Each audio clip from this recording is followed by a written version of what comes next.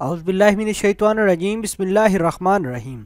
अस्सलाम वालेकुम व्यूज़, आप देख रहे हैं हसनात टीवी। आज की इस वीडियो में हम ऐसे तमाम अफराद के लिए एक खुशखबरी लेकर आए हैं जो मदीना मुनव्वरा में रहते हैं।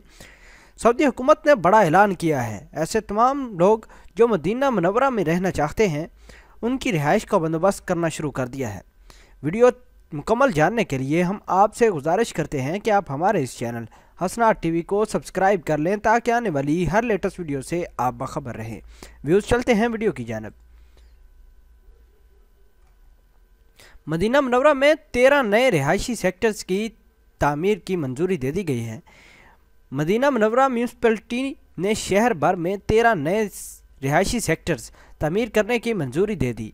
सऊदी अखबार के मुताबिक नए सेक्टर 2792 प्लाट्स पर मुश्तमिल होंगे, जिनमें 30 स्कूल, 27 मसाजिद, 9 parks, 2 health centre, 3 civil society और 7 मुख्तलिफ खिदमात फराहम करने वाले अदारे भी मौजूद होंगे।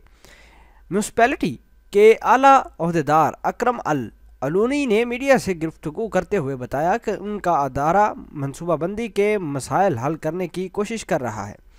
वजारत के मंजूर करदा सेक्टर में 5 तरमीम करके मसाइल की गुत्थियाँ सुलझाई जा रही हैं।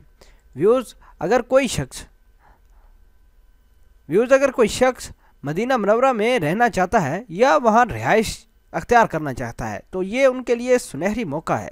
वो अपनी रिहाइश मदीना मुनव्वरा के इस नई सोसाइटी जो बनने जा रही है उसमें रख सकता है।